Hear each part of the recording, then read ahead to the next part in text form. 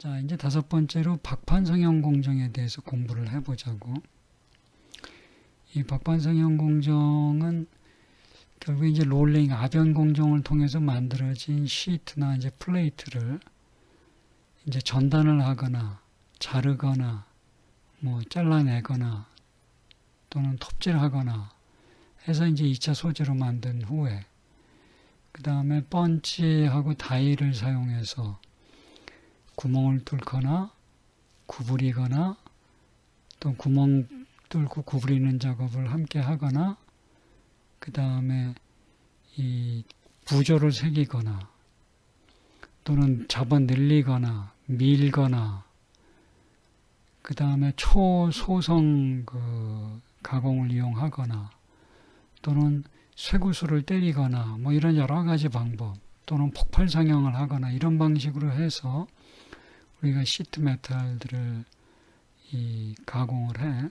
그래서 자세한 사항은 이제 앞으로 쭉 설명하는 거로 하고, 그래서 이제 1차 이런 소위 이제 시트 메탈 공정이 끝나고 나면, 그 다음에 붙어 있는 버나 또는 여러 가지 이 기름이나 이런 것들을 잘 세척을 해서, 그 다음에 필요하면 착색을 해서, 그래서 제품으로 이제 출하하는 이런 공정을 거쳐서 박판성형 공정이 이루어져.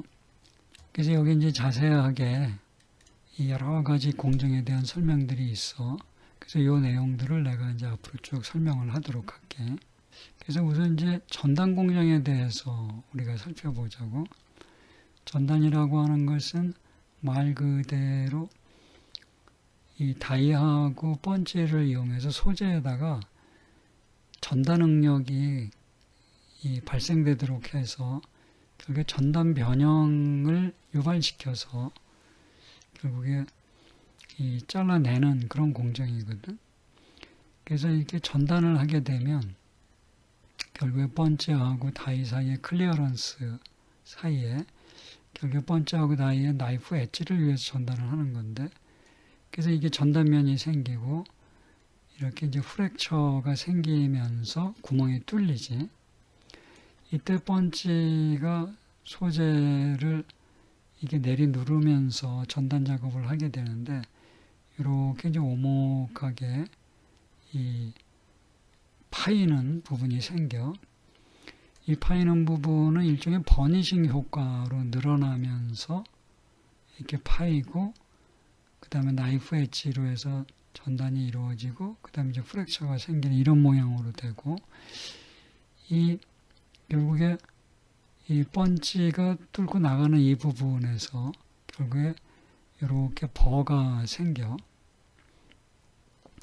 그래서 전단이 된 부품을 가지고 이 블랭크를 가지고 자세히 살펴보면 이게 펀치하고 다이에서 전단 변형을 하면서 원래는 이게 점선 모양으로 완벽하게 전단이 돼야 되는데 이 블랭크가 이렇게 변형이 되고, 그 다음에 나이프 엣지 부분에 이제 마멸들이 또 있고 그러면 이렇게 버가 또 이렇게 만들어지게 돼.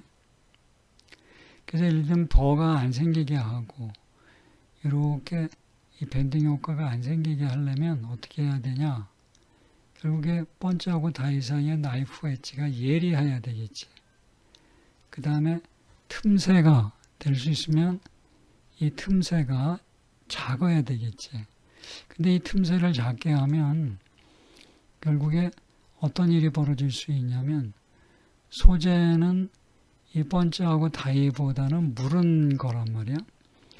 그래서 펀치하고 다이가 서로 충돌이 없이 이 무른 소재를 전단한다면 결국에 마멸 이외에는 문제는 안 일어나지만, 만약에 이 클리어런스를 작게 해서 잘못해갖고 펀치가 다이하고 충돌하는 일이 벌어진다면 결국에 대형 사고가 일어나겠지, 그지? 그래서 우리가 클리어런스를 여유 있게 확보하려고 우리가 노력을 많이 하지. 왜냐하면 여유가 있으면 이 소위 전단 작업이 쉽게 일어나니까. 그래서 클리어런스가 큰 전단 작업에서는 두께의 한 10% 정도까지도 클리어런스를 주고 좀 타이트하게 해서 정밀 블랭킹을 하겠다 그러면 우리가 두께에 대해서 한 2% 정도 틈새를 주지.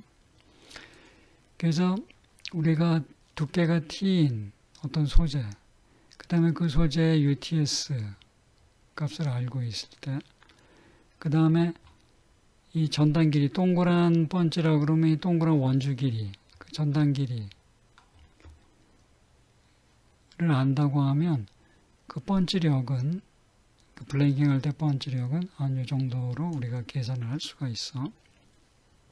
그래서 이제 전단 작업은 크게 두 가지로 구분할 수가 있는데, 전단을 해서 이렇게 이 다크한 부분을 우리가 사용할 때 번지로 얘를 전단시켜서 얘를 버리고 이거를 사용할 때 그걸 번지 작업이라고 하고, 그 다음에 얘를 버리고 요거를 사용할 때 이를 블랭킹 작업이라고 그래서 보통 이 쉐어링 프로세스에서는 블랭킹을 많이 하기 때문에 블랭킹이라고 부르는 게 전단 작업이다 이렇게 이해하면 돼. 그 다음에 이런 쉐어링 작업은 예를 들면 이렇게 파팅을 하는 경우도 있고, 그 다음에 이렇게 주변에서 이렇게 노칭하는 경우도 있고, 그 다음에 이렇게 랜싱하는 경우도 있고, 그 다음에 지금 여기 이렇게 안쪽을 이렇게 슬리팅하는 경우가 있고, 그 다음에 조그맣게 천공하는 경우가 있어. 아까 이제 이 번지하고 다이 사이에 이제 클리어런스 얘기를 했는데, 예를 들면 클리어런스를 작게 주는 경우는 이렇게 소위 블랭킹이 되고, 클리어런스가 큰 경우에는 이렇게 블랭킹이 이루어져. 결국에 클리어런스가 작을 때 이거를 보고 설명을 하도록 할게. 이게 지금 소재야. 이게 다이고 이게 번치고, 그 다음에 소재가 다이 위에서 번치하는 동안 번칭 작업, 쉐어링 작업을 하는 동안에 움직이지 말라고 프레저 패드로 이 소재를 내리 누르면서 펀치를 하거든. 그러면서 특히 클리어런스가 작은 경우에는 이렇게 스팅어라고 하는 거를 이용을 해서 이렇게 흔들리지 않게 진짜 꽉 잡아주면서 블랭킹 작업을 해. 그래서 클리어런스가 작을 때 스팅어로 잡아주면서 쉐어링을 하는 이런 과정을 거친 그런 블랭킹 작업. 그래서 이 나이프 엣지가 실제 전단을 많이 참여하게 되지. 그래서 이게 거의 이 90도에 가깝게 전단이 이루어지는 이런 블랭킹 작업을 파인 블랭킹이라고 그래. 그 다음에 컨벤셔널 블랭킹에서는 C가 10% 정도로 커. 그러니까 이 다이하고 얘 사이의 틈새가 크니까 나이프 엣지 부분이 여기서 전단이 되고 프랙처가 생긴 이런 방식으로 전단이 이루어지지. 그걸 컨벤셔널 블랭킹이라고 그래. 그 다음에 아까 슬리팅을 설명했는데, 이렇게 이제 회전하는 디스크 형태의 커터를 가지고 우리가 소재를 로타리 나이프 엣지를 가지고 전단할 수 있지. 그런 걸 슬리팅 작업이라고 그래. 그 다음에 이 시트 메탈 포밍을 할 때 보면 이렇게 전단 작업도 하고, 뭐 구멍도 뚫고, 트리밍도 하고, 그래서 이 전단 작업만 있는 게 아니라 보통 스탬핑이라고 하는 데서는 밴딩도 함께 하거든. 자, 예를 들어서 이런 부품을 만들고 싶다. 이거를 만들려면 원소재에서 동그랗게 잘라야 되겠지. 그러고 난 다음에 얘를 구부려야 되겠지. 그 다음에 또 한 번 구부려야 되겠지. 그러고 난 다음에 구멍을 뚫어야 되겠지. 그러고 난 다음에 트리밍을 해서 얘를 제조해야 되겠지. 자, 이렇게 한다 그러면 이런 식으로 전단을 하고 밴딩을 하고 또 밴딩을 하고 구멍을 뚫고 트리밍하는 이런데 참여하는 다이드하고 번치 세트를 여러 개를 만들어야 되지. 여기 지금 10대 개가 지금 만들어져야 되지. 그럼 각각의 펀치 세트에 대해서 또 프레스도 같은 수만큼 있어야 돼. 그거 경제적이지 못하거든. 땅값도 비싼데 공장이. 자, 그러면 프레스를 한 대를 쓰면서 그 대신 여러 벌의 금형들을 하나의 세트로 조립을 해서 하나의 프레스에다 설치하고 그 대신 이 스트립을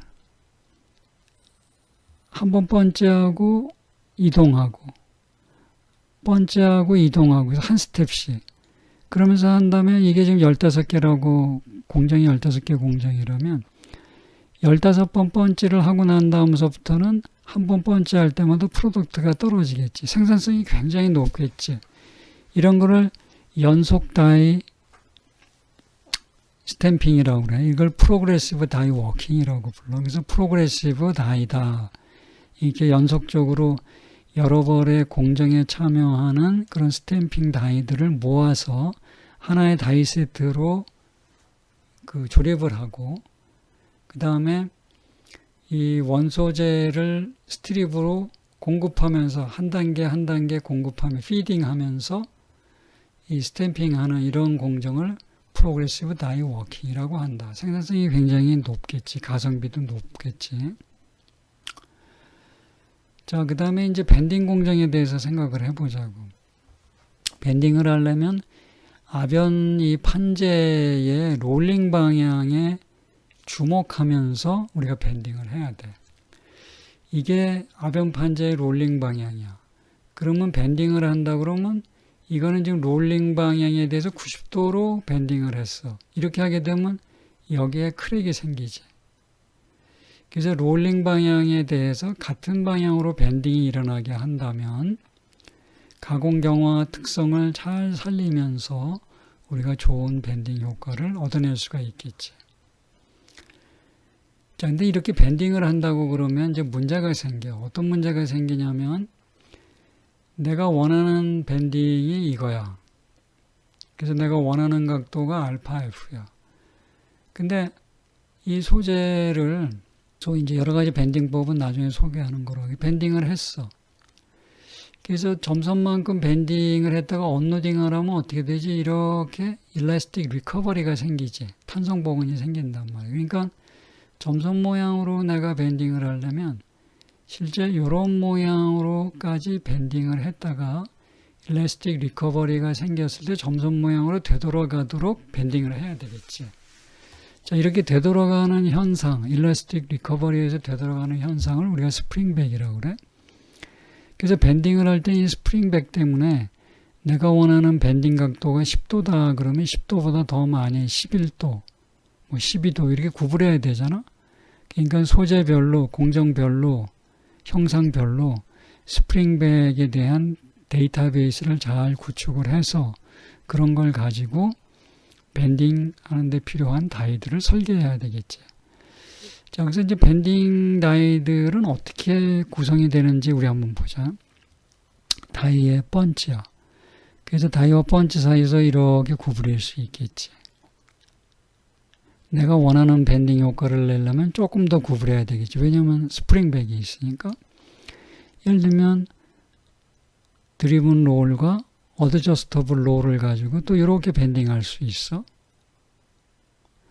그 다음에 다이와 그 다음에 롤들을 가지고 펀치를 가지고 이런 식으로 또 밴딩할 수도 있고 이런 식으로 밴딩할 수 이렇게 밴딩을 한 다음에 여기다가 고주파 열처리 고주파 웰딩을 해주면 우리가 파이프도 만들 수 있겠지. 자, 그 다음에 이제 일반적으로 밴딩을 한다 그러면 이렇게 어떤 쐐기 모양의 홈에다가 홈을 갖는 다이에다가 펀치도 이렇게 쐐기 모양을 만들어서 이렇게 어떤 각도로 우리가 밴딩하는 경우 이런 걸 V다이 밴딩이라 그래. 그래서 이렇게 그 다음에 또 대표적인 방법은 뭐냐면 다이하고 펀치 사이에서 이렇게 프레셔 패드로 내려놓은 상태에서 이렇게 와이프하는 형태로 이렇게 와이핑하는 이런 와이핑 다이 밴딩이 있어. 주로 이런 밴딩 방법을 많이 쓰는데 이 방법을 쓸 때의 밴딩 포스는 어떻게 되냐면 이렇게 돼. 예를 들면 요게 사각 소재라고 하자고. 사각판형 소재야. 그래서 사각판의 폭이 이렇게 되고 실제 번지하고 다이에 했을 때 다이에 걸쳐지는 폭이 W라고 하고 그 다음에 이 면을 뚫고 지나가는 방향으로 이 소재의 길이를 L이라고 하자고. 그리고 이 소재의 두께를 T라고 하자고. 그리고 이 소재의 UTS 값이 알려져 있다고 그러면 그때 밴딩 포스는 이렇게 구해져. 여기서 K 값은 이렇게 V 밴딩을 할 때 K 값은 1.2에서 1.33 정도. 그 다음에 와이핑을 하면서 밴딩을 할 때는 0.3에서 0.34 정도 주는 이런 방식으로 해서 밴딩 포스가 계산된다. 물론 이제 이런 공정의 밴딩 포스들은 이것과는 다르게 계산이 되겠지. 그래서 이제 밴딩을 하게 되면 스프링백이 생긴다 그러죠. 스프링백을 보상하기 위해서는 어떻게 하면 될까? 예를 들면 내가 90도로 얘를 밴딩해야 되겠다. 그러면 어떻게 하면 돼? 이 번지의 각도가 90도보다 좀 작게 되도록 해서 구부리면 90도보다 더 많이 구부렸으니까 언로딩 하게 되면 90도를 만들 수 있겠지. 자, 예를 들면 이 경우도 보자고. 내가 예를 들면 90도로 만들고 싶어. 어떻게 하지? 이 부분이 90도보다 작게 되도록 해서 내가 밴딩을 해놓으면 펴지면서 90도로 만들어지겠지. 또 이렇게 할 수 있지. 여기 번지 부분에 일종의 쐐기 모양으로 90도를 유지하게 만들어 놓고 그 대신 이 부분을 이렇게 파내. 그러고서 밴딩을 하게 되면 어떻게 돼? 90도보다 더 구부러지면서 결국에 나중에 언로딩이 되면 90도를 만들 수 있겠지. 그래서 스프링백을 컴펜세이션 하는 번지와 다이의 모양들을 우리가 조금 변화를 주면서 하면 그렇게 할 수가 있겠지. 그 다음에 이제 요와 같이 밴딩하는 걸 이걸 채널 포밍이라고 그러고 이런 걸 조글이라고 그러고 요렇게 오므리는 걸 해밍이라고 그래. 그 다음에 이런 식으로 하는 거를 록시밍이라고 그러고 이런 걸 옵셋 포밍이라고 그래. 이런 옵셋 포밍 이런 여러 가지 방식의 밴딩들을 자유롭게 할 수 있는 프레스는 이렇게 만들어져 있어. 여기에다가 이렇게 다양한 번치들을 여기다 달지. 요 밑에다가 다이를 달고. 그래서 보통 이제 밴딩할 때 보면 이 단면의 모양은 이렇게 좁지만 보통 긴 판재들을 밴딩을 하거든. 그래서 이 모터로 회전을 하면서 플라이휠을 회전하면서 이 서포팅 다이에 소위 베드에 고정된 이 서포트 다이 홀더에다가 이 램 쪽에다가 번지를 달고 이렇게 이 충격을 주면 밴딩이 이루어지겠지. 이렇게 할 때 결국에 이 밴딩하려고 하는 소재의 T라고 하는 두께보다 T보다 작게 되도록 이 다이하고 이 램을 접촉을 시키게 되면 잘못하면 충돌이 일어날 수 있지. 그래서 충돌이 일어나지 않게 여기서 클러치들을 이용을 해서 이 두께 T를 조절해 가면서 우리가 이 소위 프레스 작업을 해야 돼. 그래서 브레이크를 걸면서 이 충돌이 일어나지 않게 이 밴딩을 한다 그래서 이걸 프레스 브레이크 밴딩이라고 그래. 그래서 이런 프레스 브레이크 밴딩을 이용하면 다양한 밴딩 작업을 우리가 이뤄낼 수 있겠지. 그래서 지난번에 사진 보여준 것처럼 여러 가지 밴딩, 스탬핑 작업, 쉐어링, 밴딩을 합한 이런 스탬핑 작업을 하게 되면 자동차에 사용되는 여러 가지 스킨들, 패널들을 우리가 제작할 수 있지. 자, 그 다음에 이제 밴딩 작업을 이용하면 이 주변의 날카로운 부분들을 이렇게 비드를 형성을 해서 우리가 부드럽게 만들어낼 수 있지. 프레스 브레이크를 사용해서 이렇게 부드럽게 만들 수도 있지. 자, 그 다음에 이제 이번에는 그 밴딩 작업하고 아까 이제 시어링 작업하고 그 다음에 또 어떤 작업이 있냐면 깊게 이제 밀고 들어가면서 성형하는 그런 또 작업들이 있거든. 늘리는 작업들이 있거든. 그래서 이제 알루미늄 캔을 제조하는 공정을 한번 생각해 보자고. 자, 우선 이제 알루미늄 캔을 만들려면 이렇게 동그랗게 이제 1차 소재를 만들어야 되겠지. 그래서 두께가 이렇게 되고 다이아메터가 이렇게 되고 만들려면 어떻게 되지? 다이하고 번지 사이에서 일단 블랭킹을 해야 되겠지. 그래서 이 블랭킹 하는 작업이야. 그래서 블랭킹을 했어, 이렇게. 자, 그러고 난 다음에 이렇게 블랭킹 된 소재를 그 다음 공정에 가져가서 이 다이하고 블랭크 홀더를 이용해서 이제 고정을 시킨 다음에 번지를 갖고 이렇게 쭉 밀어야 되겠지. 밴딩을 하면서 미는 작업이야. 그런 작업을 우리가 뭐라고 그러냐면 밴딩을 하면서 늘리는 작업이지. 그걸 딥 드로잉 작업이라고 그래. 앞서 이 부피 성형에서 하고 혼동하지 않기 위해서 이 드로잉 작업을 딥 드로잉이라고 그래. 그러면 이런 단면의 모양이 만들어지지. 자, 이번에는 이제 어떻게 하냐면 다시 한번 재드로잉을 해. 그래서 이 다이하고 번지를 가지고 우리가 이 컵을 완성해 가는 거예요. 더 깊게 드로잉을 하고. 그 다음에는 이제 어떻게 하냐면 이 벽면을 갖다 늘려줘야 돼. 여기 뭐냐면 아이어닝 링이라는 게 있거든. 요렇게 된 거를, 그러니까 요 원래 공정은 이제 요렇다면 여기 이제 아이어닝 링이 여기 있단 말이야. 번지를 내리 누르면 어떻게 돼? 번지하고 이 다이하고 사이에 아이어닝 링에 의해서 여기가 고정되면서 소재들이 일리 빠져나오면서 익스트루전 되는 형태로 해서 쭉 늘어나겠지. 그래서 이런 작업을 아이어닝이라고 그래. 그래서 아이어닝을 해서 이 벽이 쭉 늘어나게 해서 얇게 늘어나게 만들고. 그 다음엔 어떻게 되지? 강성을 보강하기 위해서 이렇게 도밍을 하잖아. 이걸 도밍 작업이라고 그래. 그래서 이렇게 놓은 상태에서 번지를 해갖고 도밍을 하면 단면의 모양이 이렇게 된 콜라 캔이 만들어지겠지. 그래서 이 코카콜라 캔을 이런 식으로 이제 우리가 만들어. 자, 그러고 난 다음에는 이제 어떻게 해? 여기 윗부분에 이제 네킹을 시키지. 이렇게 동그랗게 말어. 그래서 이렇게 말고. 그 다음에 위에다가 이제 리드를 갖다 놓고 결국에 프레스 브레이킹 아까 했던 식으로 시밍이라고 그래. 이렇게 말면서 얘하고 리드를 접합을 하지. 소성 가공을 통해서 완벽하게 누설이 없게 완벽하게 접합을 하지. 그러면 이렇게 이 콜라캔이 만들어지겠지.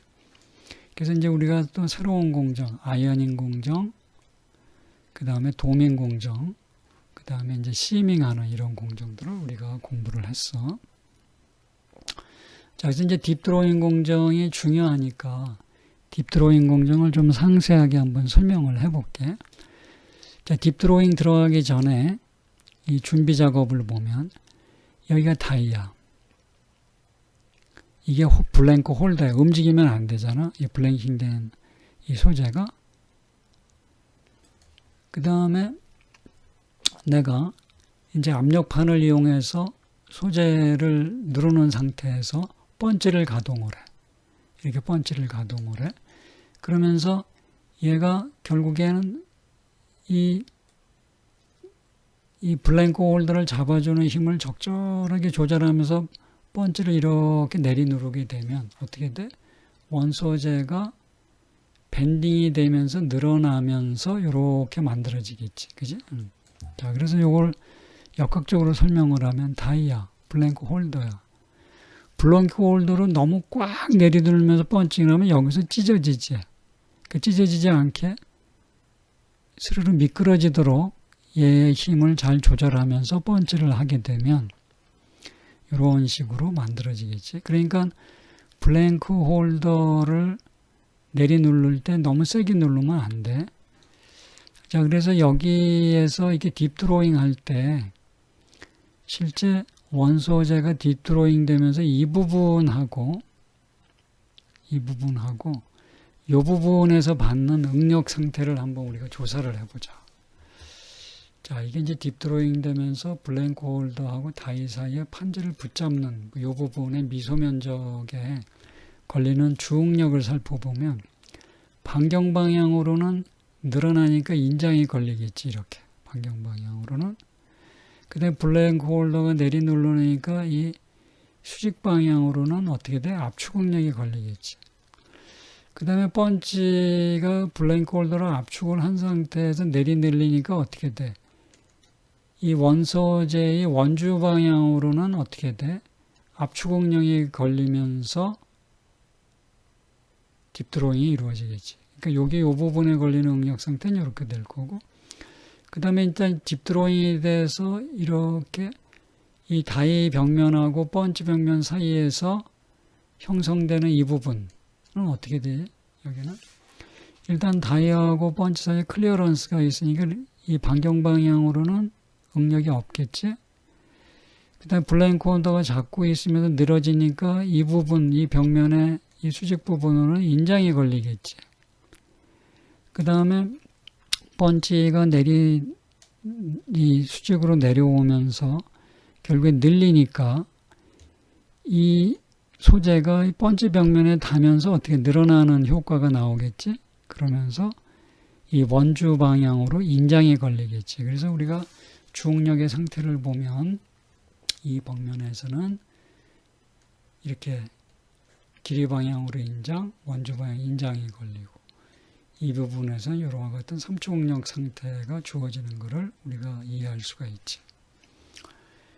이 소위 딥드로잉 공정에서도 결함이 생긴단 말이야. 블랭크 홀더로 너무 세게 잡아주면 이 부분에서 찢어지겠지. 그 다음에 이 부분에서도 찢어지겠지. 특히 또 이 부분에 찢어지는 것은 뭐냐면 펀치 이 부분에 필레팅이 안 돼 있고 예리하다면 찢어지면 쉽게 일어나겠지. 역시 다이 이 부분도 여기가 이렇게 필레팅이 안 돼 있고 이렇게 예리하게 직각이 이루어지든 찢어질 거란 말이야. 그지? 그래서 다이하고 펀치의 가장자리들의 필레팅을 해서 부드럽게 해주고 그 다음에 블랭크 홀더에서 잡아주는 힘을 적절하게 조절하면 이렇게 찢어지는 현상들을 우리가 방지할 수 있겠지. 그 다음에 아까 이 원주 방향으로 블랭크 홀더가 잡아주는 이 부분에서 압축 응력이 걸린다고 그랬단 말이에요. 그래서 실제로 잘못 작업을 하게 되면 그 압축 응력이 걸면서 이렇게 윙클링이 생길 수 있겠지. 만약에 이 윙클링이 생긴 상태에서 계속 딥드로잉을 한다면 결국에 만들어지는 소위 용기의 이 부분에 이와 같이 플랜지에서 생긴 이 윙클 때문에 여기에 이런 식으로 주름들이 잡히겠지. 이런 건 이제 불량품이지. 이런 게 안 생기게 하려면 어떻게 해야 되겠지? 블랭크 홀더로 잡아주는 힘을 잘 조절하면서 딥드로잉 속도를 잘 조절해서 결국에 변형이 골고루 퍼지게 한다면 이런 것들을 바꿀 수 있겠지. 자, 그 다음에 만약에 원소재가 있었는데 원소재가 이 블랭크가 동그라운드 블랭크가 있었는데 모든 방향의 연성이 전성이 균일하다면 문제가 없는데 만약에 이방성을 갖고 있었다 그러면 이런 식으로 이어링이 생길 수 있지. 애니소트로피 때문에. 그 다음에 원소재를 준비할 때 동그랗게 블랭킹을 해야 되는데 만약에 그게 잘못 블랭킹이 돼서 델타 R이 있었다면 이렇게 이어링들이 생길 수 있지. 그 다음에 펀치에 예를 들어서 어떤 이 스크래치들이 있었다. 다이에 어떤 스크래치들이 있었다. 그 다음에 원소재에 불순물들이 묻어 있었다. 그 다음에 원소재에 스크래치들이 있었다. 그러면 이런 식으로 딥드로잉이 되면서 서피스 스크래치들이 생기겠지. 그래서 이런 것들이 생기지 않게 툴 관리를 잘하고 윤활제를 잘 뿌려주고 그 다음에 이 플랜지 부분에 블랭크 홀더에 이 내리누르는 힘을 잘 조절해서 한다 그러면 우리가 매끈한 딥드로잉을 할 수 있겠지. 이런 딥드로잉을 통해서 우리가 냄비 같은 거, 또 용기 같은 것들을 만들잖아. 그래서 그런 작업에 우리가 딥드로잉을 쓸 수가 있지. 그 다음에 내가 어떤 용기 모양을 만들 필요가 있어. 이런 모양을 만들든지 이런 모양을 만들든지 이런 모양을 만들어. 그 다음에 이제 이런 모양들을 만드는데 대량 생산하는 게 아니라 소량 생산을 한다라고 하면 이런 식으로 할 수 있어. 내가 이런 모양의 용기를 만들고 싶다. 그 대신 맨드렐만 하나만 이용을 하고 그 다음에 이쪽 부분에서 어떤 이 공구를 가지고 판재를 여기다 붙여가는 식으로 얘를 회전시키면서 부하를 가하게 되면 이 소재를 여기다 붙이는 방식으로 변형을 시키면서 우리가 용기를 만들어 갈 수 있거든. 이 툴이 여기다 붙일 때 회전을 시키면서 붙이게 되면 우리가 이런 식으로만 밀어도 여기에 엑시시메트릭하게 용기가 만들어지잖아. 그런 작업을 스피닝 작업이라고 그래. 스피닝 가지고 어떤 로봇을 이용해서 힘을 가하면서 공구를 이렇게 접착을 시키면 우리가 스피닝으로 이런 것들을 만들어낼 수 있지. 자, 이 스피닝 공정하고 딥드로잉 공정을 우리가 또 비교할 수 있거든. 예를 들면 스피닝 공정 같은 경우에는 이 작업자의 숙련도가 굉장히 중요하지. 예를 들어서 이 노동비가 많이 들어가기 때문에 대량 생산을 하게 돼도 가격이 비싸. 그러니까 소량 생산을 하는 데서는 유리해. 단가가 좀 들어가더라도. 근데 딥드로잉을 하게 되면 소량 생산을 하게 되면 번지하고 다이 비용 때문에 굉장히 코스트가 올라가지. 그 대신 딥드로잉을 하게 되면 어떻게 돼? 대량 생산을 하는데 유리하지. 그지? 그래서 여러 가지 공정들이 있는데 그때그때마다 코스트 이펙티브한 매뉴팩처링이 될 수 있게 공정들을 적절한 공정들을 우리가 취사 선택해서 써야 되겠지. 자, 그 다음에 이제 판재를 갖고 성형을 할 때 또 이런 방식이 있어. 이게 무리야. 방에 가서도 할 수 있거든. 거기다가 이제 소위 이 다이만 만들어. 그 다음에 이 다이 위에 소재를 이제 올려놓고 이 다이하고 소재를 잘 이 누설이 없게 결합을 시킨다. 여기서 공기를 빼.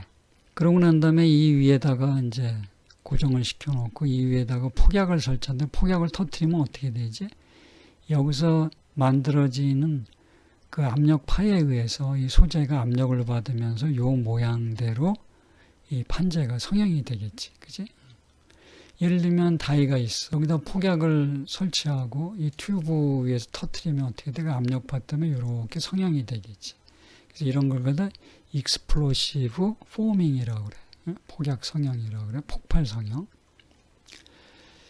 자, 아까 이제 밴딩하고 시어링하고 이런 걸 섞어진 그런 그 시트메탈 포밍 공정을 스탬핑 공정이라고 그랬잖아. 여러 가지 형태의 프레스들을 우리가 이용할 수 있지. 그 다음에 이 시트메탈 포밍 공정을 이용을 해서 자동차에 필요한 여러 가지 이제 패널들을 만든다고 했는데, 과거에는 이제 어떻게 했냐면, 이렇게 블랭킹을 통해서 이 패널들을 만들어. 하나하나 패널들을.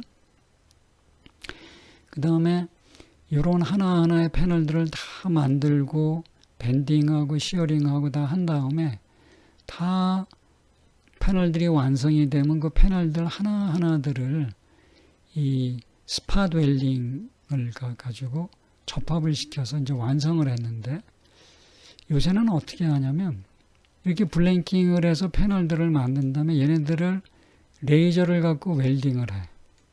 그래서 이렇게 이제 만든 다음에 얘네들을 레이저를 갖고 웰딩을 해. 그러고 난 다음에 한 번에 프레스에 가서 스탬핑을 해버려. 자, 하나하나의 패널들을 다 내가 스탬핑을 한 다음에 나중에 스팟 웰딩으로 붙이는 거 하고, 블랭킹을 한 다음에 레이저 웰딩 한 다음에 한 번에 스탬핑, 어떤 것이 더 생산성이 높고 가성비가 좋을까? 레이저를 가지고 블랭킹 후에 레이저를 갖고 웰딩한 다음에 한 번에 스탬핑하는 것이 훨씬 생산성이 높고 정밀하게 프레임을 만들 수 있거든. 그건 왜 그러냐면 우리가 보통 이제 웰딩을 할 때 레이저를 쓰지 않고 아크 웰딩 같은 거를 하게 되면 서멀 어펙티드 존이 있기 때문에 여기 이 부분을 용접을 했다 그러면 여기가 당금질 효과가 있기 때문에 스탬핑을 할 때 경도가 높으니까 금형이 깨져서 그게 과거에는 이루어지지 않았거든, 이런 방식이. 근데 레이저를 가지고 웰딩을 하게 되면 레이저라고 하는 것은 아주 짧은 시간에 나노세컨드라고 하는 시간에 용접을 할 수 있기 때문에 어떻게 되냐면은 이 주변에 이 블랭크 소재들이 용접부 이외에 다른 부분에 서멀 어펙티드 존이 형성이 되질 않아. 그리고 순간적으로 열을 받아서 부착이 되기 때문에 이 용접된 부분에도 서멀 어펙티드 존이 생기지 않아. 그렇게 용접을 할 수가 있어. 그러니까 당금질 효과가 없어. 그러니까 스탬핑을 하더라도 번지하고 다이가 망가지지가 않지. 그래서 이런 방식의 블랭킹 작업을 레이저 테일러 블랭킹이라고 그래. 그래서 이런 방식의 스탬핑을 하면 우리가 여러 종류의 두께가 다르고 소재가 재료가 다르고 피복 조건이 다르고 한 것도 레이저로 쉽게 용접할 수가 있고, 그 다음에 스크랩을 줄일 수가 있지. 하나하나를 갖다가 블랭킹하고 스탬핑하고 이 스팟 웰딩에서 조립하는 공정에서 생기는 스크랩보다 이 방식으로 하면 스크랩을 줄일 수 있고 생산성을 높게 할 수 있어서 굉장히 유용하게 사용되는 그런 초소성 가공은 초소성 변형 특성을 가진 소재를 낮은 압력에서 장시간 변형을 시켜가지고 제조하는 그런 방법이야.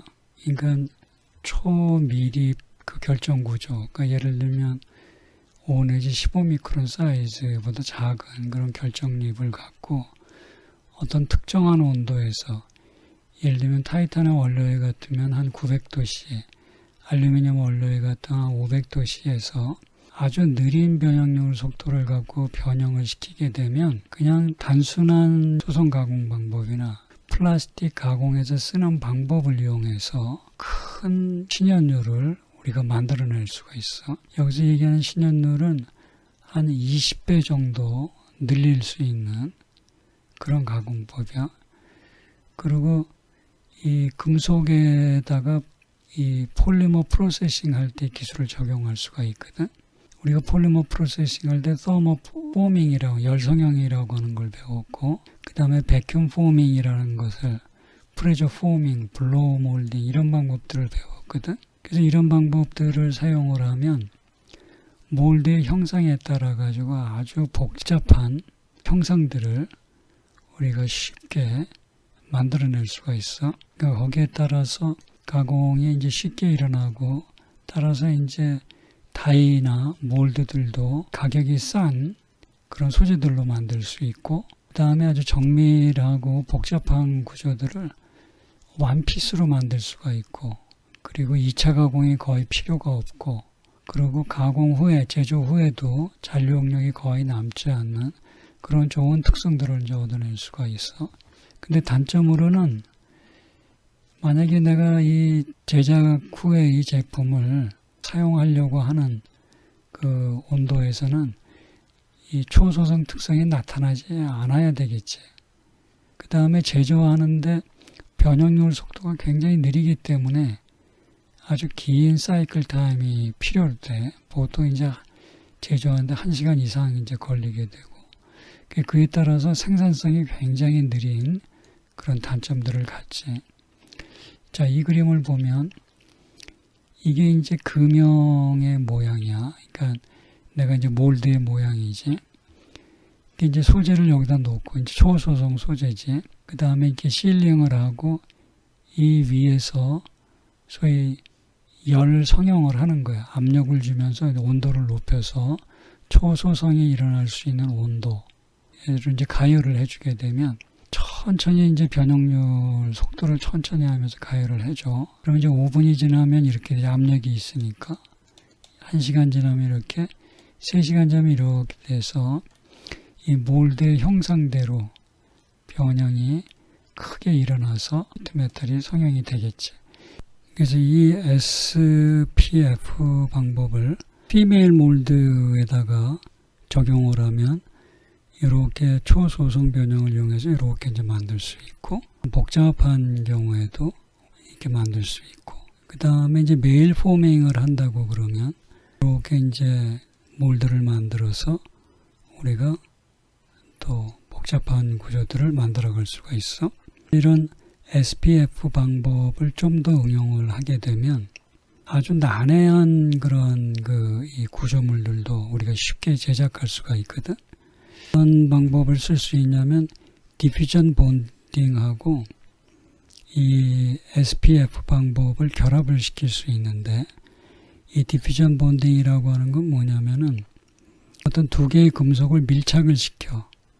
그러면 그 밀착 부위에서 이 원자가 확산을 하면서 서로 이 고체 상태에서 접합이 이루어지는 그런 방식을 우리가 디퓨전 본딩이라고 그러거든. 그래서 이때 그 SPF 방법에서 사용하는 그런 온도 조건이면 충분히 우리가 이 낮은 압력에서도 프레저 웰딩처럼 압접처럼 붙일 수가 있거든. 그래서 그 방법을 이제 같이 혼용해서 사용하는 거야. 근데 이게 이제 디퓨전 웰딩, 디퓨전 본딩을 하는데 중요한 것은 뭐냐면 압력도 중요하고 온도도 중요하고 시간도 중요하지만 무엇보다도 이 밀착해서 붙이려고 하는 두 금속 표면이 깨끗해야 돼. 그래서 예를 들면 여기 지금 철판이 3개가 있거든. 물론 이 철판 3개는 서로 이제 겹쳐져 있는 거야. 근데 이 철판 3개는 이제 초소성 그 소재지. 그래서 내가 만약에 요 부분은 붙이고 싶지 않다. 그러면 여기다가 세라믹 소재들을 이렇게 같이 집어넣어. 그러고 난 다음에 이 몰드 속에서 이 철판들 사이에다가 이 압력을 가해줘. 물론 이제 초소성 변형이 일어나는 온도 조건을 맞춰주고 압력을 가해주게 되면 서서히 이 변형이 일어나면서 어떻게 되냐면 이렇게 이 세라믹 소재를 그 사이에다 집어넣어서 본딩이 일어나지 않게 한 부분은 붙지 않고 나머지 부분은 붙어버리거든. 그리고 계속 여기다가 공기를 압력을 집어넣어 주게 되면 어떻게 되냐면 대변형이 일어나는 거야. 연신율이 크게. 그러면서 이 부분이 이렇게 되고 이 부분은 이렇게 되고 이 부분은 이렇게 이제 성형이 되지. 그래서 장시간 느린 변형률 속도로 계속 압력을 가해주게 되면 몰드 속에서 결국 이런 식으로 구조물이 만들어지게 되거든. 여러분들 책에 나와 있는 그림으로 보면 예를 들어서 여기다가 접합을 하고 싶지 않은 부분에다가 세라믹 소재를 집어넣고 그러고 난 다음에 이 몰드에다가 실링을 하고 압력을 가해주면 이렇게 본딩이 일어나지 않는 부분은 이렇게 벌어지면서 몰드에 이렇게 붙겠지. 그지? 그리고 결국에는 이와 같은 식으로 만들어지겠지. 마찬가지로 이렇게 복잡한 구조로 원피스로 변형의 속도가 느리니까 시간은 오래 걸리기는 하지만 우리가 복잡하고 이런 난해한 부품들을 SPF 방법과 DB 방법을 결합을 하이브리드해서 적용을 하게 되면 우리가 아주 쉽게 제조할 수 있다. 그래서 이 초소성 가공법은 밝고 그러니까 경량이 요구되고 그 대신 강성이 크게 요구되는, 즉 비강성이 높은 그 항공기 구조물이나 또는 우주선 구조물들, 그래서 항공우주 분야에서 굉장히 중요한 그런 가공법이야. 핀성형이라고 하는 것은 뭐냐면은 숏피닝 방법을 이용한 건데, 숏피닝이라는 것은 뭐냐면 여기 지금 보는 것처럼 여기 조그만 강구들이거든. 이런 조그만 강구들을 예를 들어서 높은 압력으로 노즐을 통해서 분사를 시켜. 그럼 이 강구들이 판재들을 때리겠지. 자, 그래서 이제 이 그림을 보면 강구가 판재를 때리게 되면 이때 타겟 부위가 갑자기 되면서 압축응력이 걸리고 이 부분으로는 인장응력이 걸리겠지. 그래서 이제 수많은 강구가 때리게 되면 인장을 받게 되니까 결국에 이치고 이렇게 휘어지겠지. 그래서 우리가 예를 들면 이렇게 사각 플레이트에다가 샷 피닝을 하게 되면 이렇게 우리가 이 커브드 서피스를 얻어낼 수가 있지. 그래서 이런 방법을 이용을 하는 것이 핀 포밍이야. 그래서 이런 식으로 사각판에다가 샷 피닝을 하게 되면 우리가 이렇게 구면 모양의 그 변형을 얻어낼 수가 있고, 이런 방식을 우리가 응용을 해서 항공기의 스킨을 만들 때 우리가 사용을 할 수가 있겠지. 예를 들어서 이렇게 항공기가 있어. 항공기 날개 부분에서 내가 이 부분을 만들고 싶다.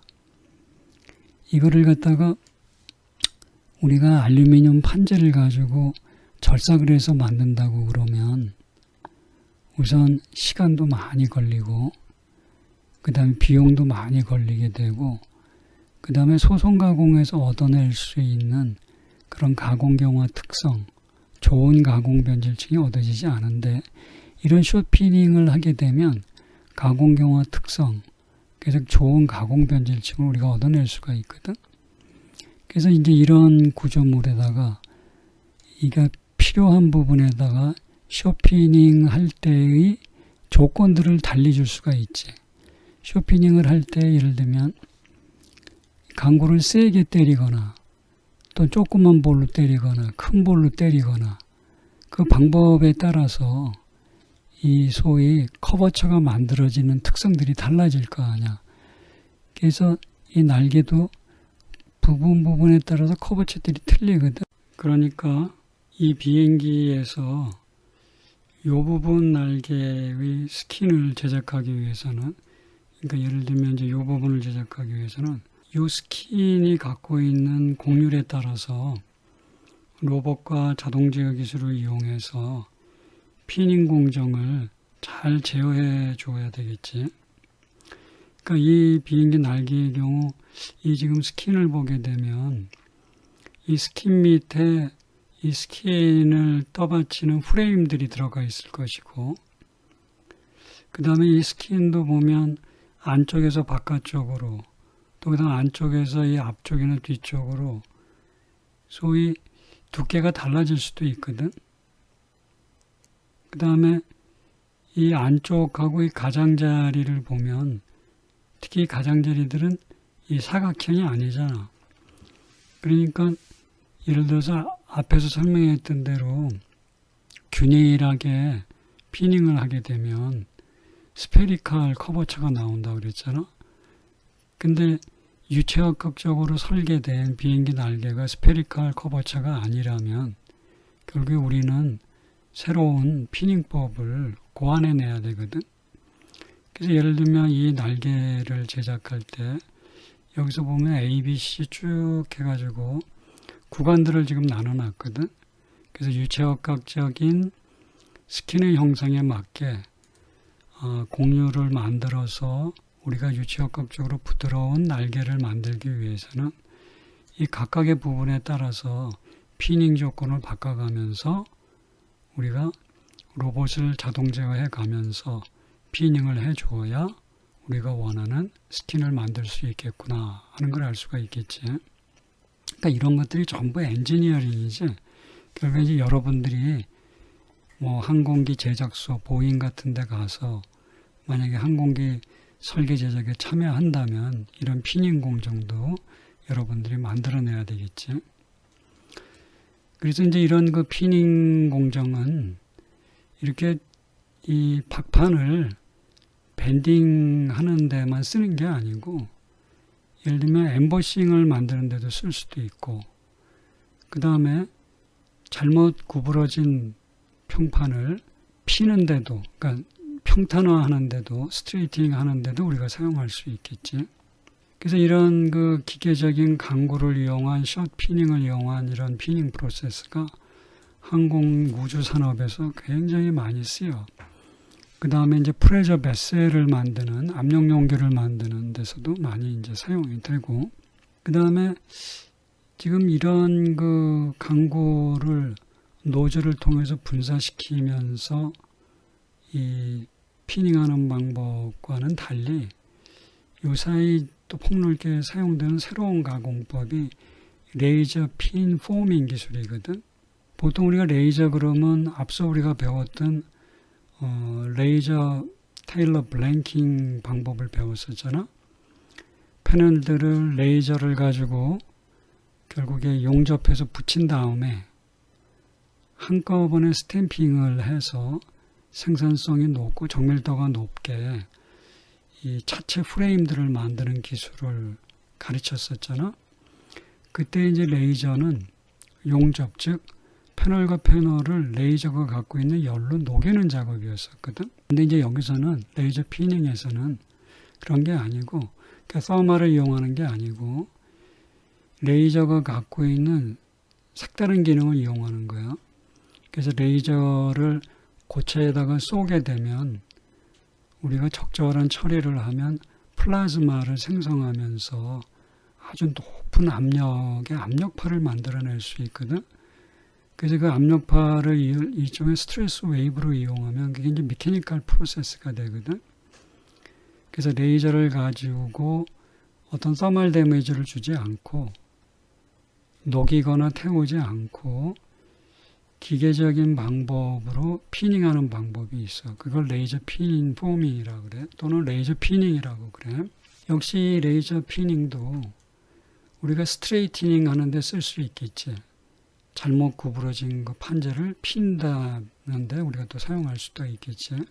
이런 그 레이저 피닝 방법은 결국에 이 레이저를 갖고 이제 아주 높은 압력의 스트레스 웨이브를 가지고 레이저 빔이 타겟팅하는 그 박판에 결국 우리가 잔류응력을 앞에 배웠던 피닝 방법하고 비슷하게 이제 잔류응력을 만들어서 결국에 우리가 이 커버처 변화를 만들어내는 건데, 이런 레이저 핀 포밍을 레이저 피닝 기술로 또 다양하게 응용할 수 있거든. 이 레이저 피닝은 뭐냐면 이 레이저 핀 포밍 기술에서 만들어지는 그런 잔류응력을 가지고 이 표면을 개질하는, 표면을 바꾸는 그런 기술이야. 그래서 우리가 레이저 피닝, 그걸 또 다른 말로 레이저 쇼 피닝이라고 부르는데, 이 LP나 LSP 기술은 어떤 거냐면 이게 레이저 빔이야.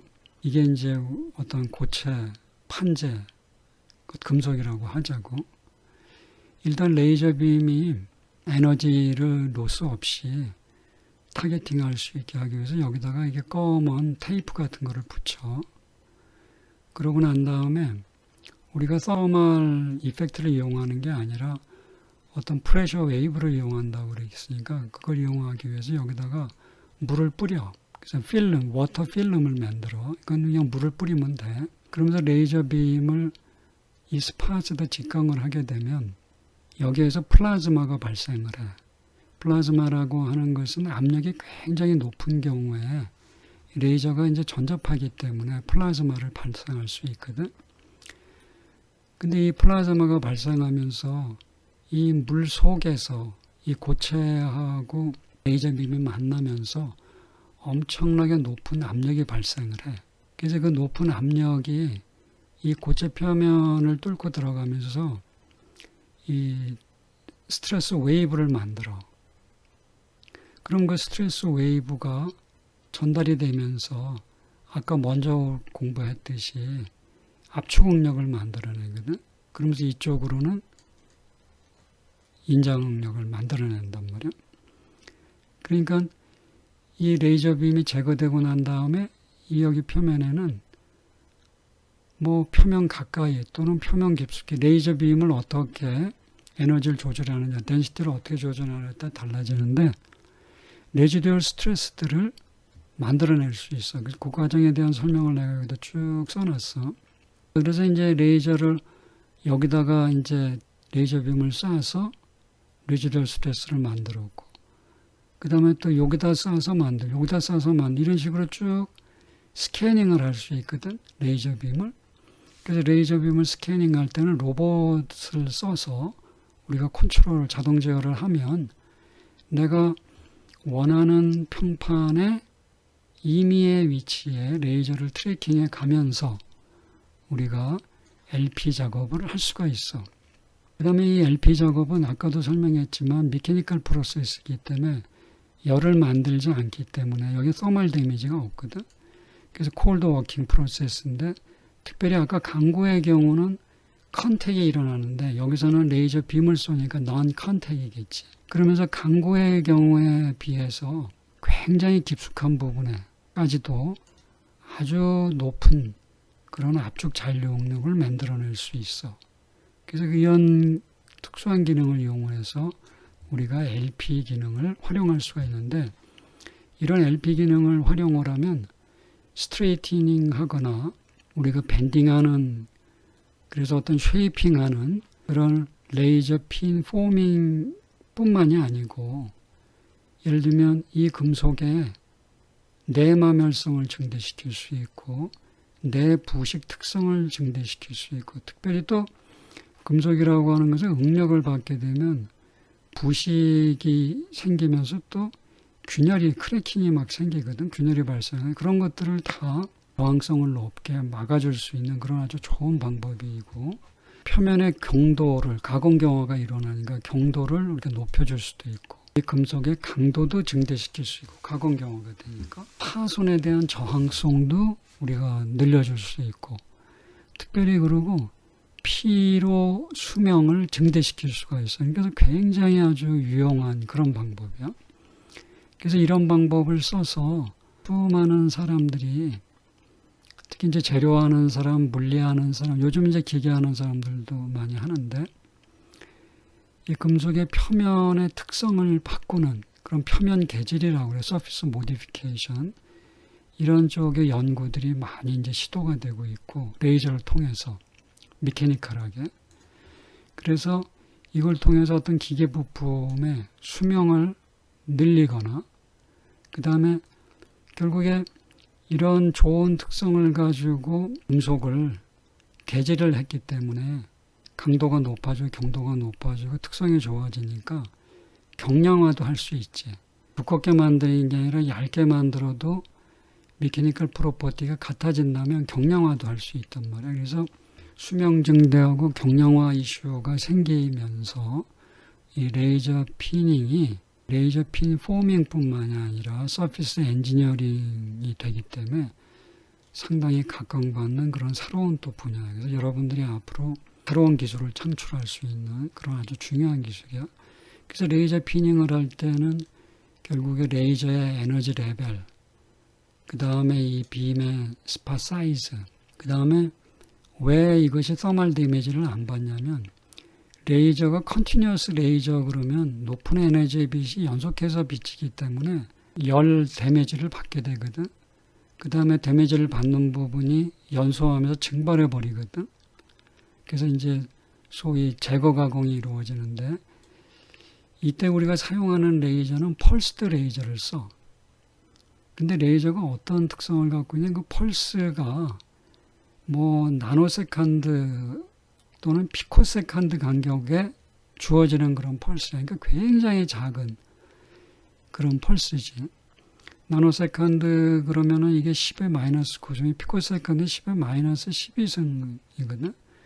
그러니까 그런 짧은 간격에 레이저가 펄스로 나가고 그다음에 스팟 사이즈가 작고 그랬을 때 얘가 몇 줄 정도 된다면 결국에 레이저가 쏘아진 부분에 가해지는 그 파워 덴시티는 기가와트급의 파워가 주어지게 되거든. 그러니까 엄청난 그 압력이 주어진단 말이야. 그러니까 이 피코세컨드 또는 나노세컨드의 레이저가 또 예를 들면 1초에 뭐 100번, 1000번 이렇게 또 이 레이저 빔을 쏠 수 있거든. 그러니까 빠르게, 그 다음에 엄청난 파워로 아주 큰 잔용력을 기계 부품에 만들어줄 수 있기 때문에 표면 게이지 로커가 아주 우수한 그런 아주 훌륭한 그런 방법을 우리가 창출해낼 수가 있어. 그래서 예를 들면 어떤 기어가 있는데 기어의 특성을 좋게 만들기 위해서 LP를 했다. 그래서 여기 레이저의 파워를 이제 어떻게 조절하면 세 가지 단계로 조절해 봤어. 그래서 여기 보면 얘가 제일 이제 큰 파워를 갖지. 그래서 보면 표면에서 레지듀얼 스트레스가 엄청나잖아. 지금 마이너스 600 메가파스칼보다 더 큰. 그 다음에 예를 들면 깊이가 1mm까지도 들어가서도 뭐 마이너스 200 메가파스칼 정도의 레지듀얼 스트레스를 창출해낸단 말이야. 이거는 강구를 때려갖고 이렇게 만들어낼 수 없거든. 그래서 레이저 피닝을 이용해서 이렇게 훌륭한 특성을 만들어낼 수 있어. 지금 이 비행기가 어떤 비행기냐면 B1B라고 부르는 이게 죽음의 백조라고 우리 보통 부르지. 몇 번 우리 한반도에 날라왔었잖아. 괌에서 랜스라고 부르는 건데 이게 원자폭탄도 달고 가서 스틸스 기능도 있는 그런 전폭기지, 그지? 미국에서 아주 자랑하는 그런 전폭기인데 이것의 스킨을 만들 때 레이저 핀 포밍으로 만들었어. 그래서 그거를 할 때 예를 들면 이렇게 DB를 구축하는 거야.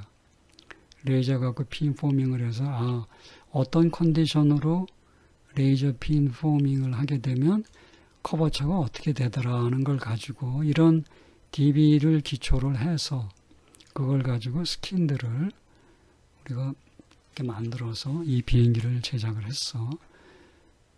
그래서 레이저 핀 포밍 여러분들이 21세기에 또 앞으로 여러분이 슈퍼 엔지니어로서 세상을 살아나가면서 창업을 하는데 굉장히 훌륭한 그런 어떤 이 기술이 되겠지. 그 다음에 박판 성형 공정을 배우면서 우리가 이제 아변이라고 하는 걸 배웠잖아. 그래서 좀 이 박판 성형의 새로운 기술을 하나 또 내가 소개하려고 그래. 지금 여기 보면 각종 스프링, 각종 커넥터, 각종 커버, 특히 이제 휴대폰에 보면은 스프링들을 이렇게 판재로 만들잖아. 스테인리스 스틸로 해서. 다양한 IT 장비, 전기 전자 장비, 자동차, 뭐 디스플레이 이런 데 다 들어가는 그런 어떤 스프링제, 어떤 케이스, 커넥터들이거든. 그 다음에 또 판재가 어디에 쓰이는 PCB를 만들려면 동판이 있어야 되거든. 근데 요즘에 이제 휴대폰이나 IT 장비들 같으면 플렉서블 PCB, 그러니까 얇은 동판이 필요하거든. 플렉서블 PCB. 그 다음에 이제 뭐 휴대폰이나 자동차에 들어가는 그런 배터리들 보면 커넥터들이 있잖아, 이렇게. 물론 이제 휴대폰 배터리 케이스도 있고 이런 데 전부 박판들이 사용이 돼. 두께가 얇은 판재들이 사용이 된단 말이야. 거기에는 이제 뭐 커퍼, 스테인리스 스틸, 뭐 니켈, 금, 은, 알루미늄 합금들이 박판으로 이제 성형이 돼서 이제 정밀 압연 기술을 이용해서 이제 제조해서 이런 데 이제 사용이 된단 말이야. 그래서 이제 앞에 배운 그 압연 기술을 이용해서 하나의 일괄된 프로세스를 만들면 이제 이렇게 만들어지지. 할 롤링에서 예를 들면 뭐 이 동판을 만들었다. 동판의 길이를 갖다가 매뉴팩처링 할 때는 이제 대량 생산하니까 뭐 휴대폰을 만들 때 보면 10개, 뭐 100개 이게 만드는 게 아니라 몇십만 대, 몇백만 대씩 만들잖아. 그러니까 한꺼번에 예를 들면 케이스를 만든다면 케이스를 넓은 이 동판에서 여기도 만들고 여기도 만들어서 한 프레스에서 수십 개씩 한 번에 찍어낸다고 그랬잖아. 자, 그러니까 예를 들면 이 코일들은 이제 연결을 해요. 용접을 연결을 해서 아주 길게 이제 폭도 크게 이제 만들어. 이런 판재를 우리가 이제 어떻게 하냐면 아변을 해야지 얇아질 거 아니야. 그래서 이제 러프 아변을 하는 거예요. 클러스터 아변기를 써서. 그래서 이제 러프 아변이 되고 나면 일단은 어떻게 돼? 그 다음번에 파인 아변을 해야 되지 않겠어? 파인 아변 하기 전에 일단 한번 어닐링 처리 한번 해야 되겠지. 그 다음에 이런 아변을 할 때 소재가 깨끗하게 만들어져야 되니까 클리닝도 해야 되겠지. 기름때 묻은 것도 그 다음에 뭐 어닐링 하면서 열 처리하면서 스케일도 우리가 닦아내야 되고 그러니까 황산이나 질산이나 불산 같은 거 갖고 이제 세척을 해야 되겠죠. 그러고 난 다음에 이제 깨끗하게 세척된 판재를 이렇게 갖고 와서 파인 아변을 한단 말이야. 더 얇게 이제 피는 거지. 물론 이때 필 때 롤들은 어떠해야 되겠어? 두께가 뭐 20미크론, 30미크론 이 정도로 아변을 해야 된단 말이야. 굉장히 얇은 박판을 만들어야 되니까 롤은 정밀도가 아주 우수한 그런 아주 기가 막힌 그 거울명 같은 그런 롤로 이런 걸 아변해야 되겠지. 그래서 이제 그렇게 아변을 했어. 그러고 난 다음에 이제 어떻게 해야 되지? 또 우리가 이 굴곡이 있으면 그걸 펴야 되겠잖아. 그래서 레벨링 롤 가지고 우리가 또 평탄화를 하고, 물론 이제 자동 제어 기술들이 다 들어가겠지. 그 다음에 이런 공정을 거치면서 묻은 여러 가지 먼지, 기름때 이런 것들을 알칼리 염욕을 또 해가면서 다 탈지를 하고, 그래서 깨끗하게 만들어지고 나면 삼성전자에서 사는데 삼성전자에서는 뭐 폭이 1m짜리가 필요하다. 여기서 만약 2m로 폭이 만들어졌다면 그걸 슬리팅을 해서 삼성전자, LG전자 뭐 이런 사람들이 원하는 형태로, 뭐 파나소닉이 원하는, 소니가 원하는 형태로 슬리팅을 해서 이렇게 롤로 만들어서 이제 납품을 해야 되겠지. 이것이 우리가 배운 정밀 아변이야. 그래서 이런 보통 정밀 아변 공정을 하게 되면 동판 같은 걸 만들면 두께를 한 30미크론 정도, 폭을 한 2m짜리, 길이는 한 10km, 20km 이런 롤들을 만들어낼 수 있어. 근데 아무리 잘 만들어도 이런 정밀 아변 공정으로는 10미크론 미만의 극박판을 만드는 것은 불가능해. 여러분들이 이런 정밀 그 아변 공정을 자세하게 알고 싶고 그러면 이 풍산 특수금속이라는 데 가서 여러분들이 알아보면 돼. 아주 전 세계적으로 유명한 그런 아변을 통해서 이 박판을, 정밀 아변을 통해서 박판을 만드는 그런 회사야. 근데 요즘에는 말이야, 이게 여러분들이 요새 핫 이슈로 떠오르고 있는 배터리지. 뭐 테슬라, 그 다음에 뭐 현대차도 요새 뭐 전기차 한다고 그러고, 뭐 도요타도 한다고, 전 세계적으로 좀 난리잖아. GM도 하고. 전기차 이런 배터리가 들어가는데 이 배터리에 보면 이제 음극재는 동판이 들어가거든. 이게 지금 음극재야. 그래서 이 동판을 만들 때 어떻게 좀 테슬라 같은데 전기차 보면 배터리가 수만 개가 들어가잖아. 그러니까 이 배터리를 만들 때 중요한 건 뭐냐면 배터리가 가벼워야 되지 않겠어? 그러면서 될 수 있으면 전하를 많이 저장할 수 있어야 고성능 배터리잖아. 그러니까 경량화하고 고성능화가 돼야 결국에 전기자동차가 힘을 낼 수 있잖아. 예를 들면 서울에서 부산도 못 가. 한번 충전하고. 그럼 말이 안 되잖아. 그리고 배터리가 무거워갖고 말이야. 속도도 안 나와. 이러면 이거 말이 안 되거든. 그러니까 핫 이슈는 뭐냐면 배터리의 경량화야 고성능화란 말이야. 그러기 위해서 제일 중요한 건 뭐냐면 이런 음극재를 쓰는 동판이 얇아야 돼. 두께가. 그지? 그 다음에 배터리를 제조할 때 하나의 라인에서 수백 개를 한 번에 만들 수 있어야 되거든. 그러려면 어떻게 돼? 이런 배터리를 만들 때 사용되는 이 동판의 폭이 커야 돼. 뭐 1m, 2m 뭐 이렇게 돼야 되겠지. 뭐 3m가 되면 더 좋겠지. 그 다음에 역시 롤의 길이도 길어야 돼. 그지? 그래야 한 번에 쭉 대량 생산을 할 수 있잖아. 기계를 멈추지 않고. 그 다음에 이런 배터리는, 즉 2차 전지는 휴대폰에도 쓰고 컴퓨터에도 쓰이고 로봇에도 쓰이고 드론에도 쓰이고 전기차뿐만 아니라 그 용도가 무궁무진하잖아. 요즘엔 특히 이제 5G가 대세잖아. 그래서 이런 이 동박은 또 PCB 만드는 데도 쓰이고 반도체 만들 때도 쓰이고 반도체 리드 프레임 만들 때 쓰거든. 그 다음에 이 동판이라고 하는 건 전자파를 또 차폐하는 또 성능도 우수하기 때문에 이 휴대폰에 또 사람이 접촉하는 데 많이 쓰이잖아. 그래서 이런 거를 할 때 경량화 이슈가 되니까 결국 얇게 만들어야 된단 말이야. 어떻게 얇게 만들까? 아변 기술로는 10미크론 이하 안 된다 그랬는데 실제 현장에서 원하는 것은 지금 세계 최고 기술은 1.5미크론 두께의 박판을 만들 수 있거든. 1.5미크론은 얼마냐면 여러분들의 머리카락이 한 100미크론 정도 돼. 그러니까 1.5미크론 정도 되면 머리카락 두께의 얼마야? 한 70분의 1 그 정도 두께지. 그러니까 어마어마하게 얇은 박판이란 말이야. 그래서 이런 박판을 어떻게 만드느냐.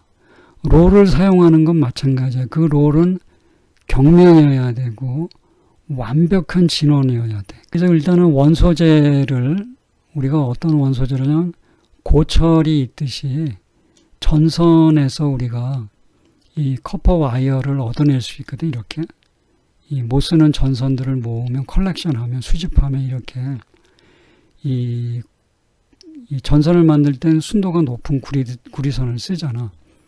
그래서 이 구리선을 갖다가 황산 같은데 집어넣으면 우리가 용해가 되잖아. 그래서 이제 황산구리가 만들어지지. 그러면 전기도금을 할 때 어떻게 하지? 보통 구리를 갖다 하지도금으로 많이 쓰잖아. 그래서 이제 구리판이 있고 내가 도금할 판이 있다. 그러면 도금할 판은 마이너스, 구리는 플러스. 그래 놓고선 둘 다 황산용액에다 집어넣으면 여기서 디스솔브가 되면서 구리가 나와서 마이너스인 말 물체에 붙지. 그게 전기도금이잖아. 마찬가지야. 그 방법을 쓰는 거야. 그래서 이제 아주 정밀한 원통도가 좋고 면의 표면 거칠기가 거울만처럼 반짝반짝 빛나는 그 드럼, 동그란 드럼에다가 마이너스 음극을 걸어. 즉 여기다가 황산구리 용액에다가 이걸 집어넣어. 지금 이게 황산구리 용액에 집어넣은 거야. 그러면 어떻게 돼? 적절한 온도를 주고 전이차를 걸어줘. 황산구리 용액에다가 이 구리에다가 플러스 그 다음에 드럼에다가 마이너스 해갖고 집어넣어주면 전이차를 걸어주면 어떻게 되냐면 이 구리들이 드럼에 붙어. 그러면 드럼에 붙은 구리를 이렇게 띄어내는 거야. 이렇게 띄어내면서 우리가 롤에다 감어. 물론 이때 이 구리를 용해하면서 우리가 그 재선 공정에서 우리 제강 공정에서 배웠듯이 그 재선 제강 공정에서도 활산을 하기 위해서 그 다음에 뭐 규소 성분을 없애기 위해서 그 다음에 인성분, 황성분을 조절하기 위해서 뭐 여러 가지 레시피를 가지고 예를 들면 플럭스도 집어넣고 뭐 이러잖아. 여러 가지. 그래서 여기 구리도 마찬가지야. 여러 가지 레시피를 가지면서 무게물들을 집어넣어서 아주 순도가 높은 그런 이제 구리를 99.9%로 이제 만들어야 되겠지. 그렇게 해서 이제 전기도금 기술을 이용해서 드럼에다가 구리를 도금하고 그 도금된 거를 물론 이런 속도니 온도니 황산구리의 용액의 온도 이런 거 잘 조절해서 우리가 롤해서 이제 제박을 해. 그러고 난 다음에 우리가 사용자가 원하는 이 폭으로 길이로 우리가 슬리팅해서 잘라주고 그걸 포장해서 이렇게 출하하면 우리가 롤 도금 방법을 이용을 해서 아주 얇은 두께, 폭이 넓은 그런 극동박을 제작할 수가 있어. 이때 사용하는 롤은 타이타늄 롤을 써.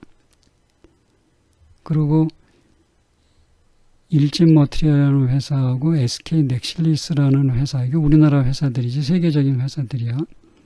그 다음에 이제 일본의 미쓰이 화학이라는 데서 1.5에서 3미크론 정도까지의 두께의 극동박을 제조하는 기술들을 개발해서 사용하고 있어. 이게 바로 그런 아주 얇은, 극히 얇은 동박판이지. 그래서 보면 얘는 18에서 12미크론이고 얘는 1.5에서 5미크론 사이의 그런 동박판이고, 예를 들면 그 타이타늄 롤에서 이제 제작돼 나오면 이걸 갖다가 이제 이 소위 질기게 만들고 평탄하게 만들고 그러기 위해서 이제 롤에다가 이제 감아가면서 텐션을 주면서 이렇게 제작하는 거야. 그래서 이 기술 발전이 어떻게 이루어지냐면 폭이 예전엔 700mm였는데 요즘은 한 1.5m까지 폭을 만들 수 있고, 그 다음에 예전에는 한 6km까지 롤을 만드는데 길이를 요즘은 한 12km, 뭐 20km, 30km까지도 만들어내고, 우리나라에서는 이 판재 두께가 3미크론까지는 하는데 미쓰이 화학이라는 데서 한 1.5미크론까지도 만들었다고 그래요. 그래서 이제 이런 거를 2차 전지를 만드는 뭐 LG 화학이나 파나소닉이나 그러면 걔네들이 이런 동박을 받아서 아까 얘기했던 이런 이 2차 전지를 만들어서 뭐 테슬라나 뭐 현대차나 도요타차나 이런 데 납품하는 거예요. 그래서 이게 이제 소위 뜨는 산업인데, 이런 산업에서도 우리 미케니컬 엔지니어링을 전공한 우리 자네들 같은 그 슈퍼 엔지니어들이 앞으로 기여할 것들이 굉장히 많다 하는 것을 우리가 이해할 수 있지.